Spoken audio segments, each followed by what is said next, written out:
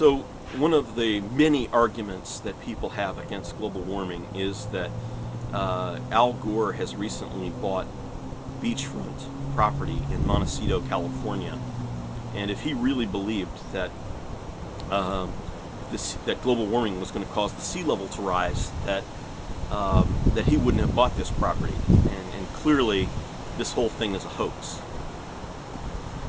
Well, there are a number of problems with that argument. The first being that it doesn't matter what Al Gore thinks, believes, says, or does. He could be the worst human being on the planet, and I don't think that he is, but he could be the worst human being on the planet, and it's got no bearing on the science of global warming, none whatsoever. The second thing is that right behind me there's a creek, and my house is in my neighborhood. I'm the closest one to the creek. The creek floods every year, and a lot of people's houses get soaked. But I haven't got soaked yet, not yet anyway, because my house, even though I'm closer to the creek, I'm also on slightly higher ground.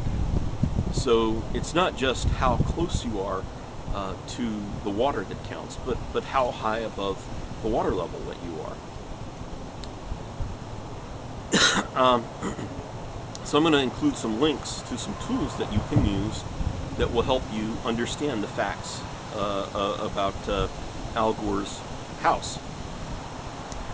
Now, there is an industry of companies that make their money by tracking, or make their business by tracking where famous people live, what their addresses are, and what their pictures of their houses and stuff. I'm going to include a link to one of those sites, and from that site you can get the latitude and longitude of Al Gore's house in Montecito, California. He does own one, as far as I can tell, a house in Montecito, California.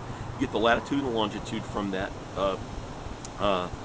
site, and then you can download this program called Google Earth.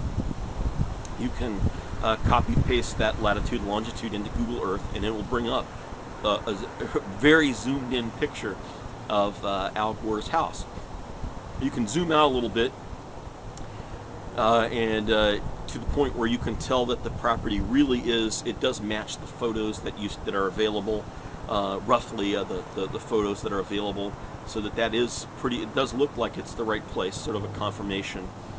And then you zoom out a little bit farther, and there's a tool in Google Earth that you can use to just draw a line from his house, from his property, to the shoreline, and you discover that it's actually 2 miles back and 500 feet up above sea level.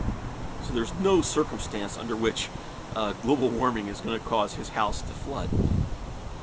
Now, this isn't to say that I don't think that people should criticize Al Gore. I mean, I think it's important to criticize politicians when they say things that are wrong, particularly when they say things repeatedly that are wrong, or things that belie their true feelings on a subject.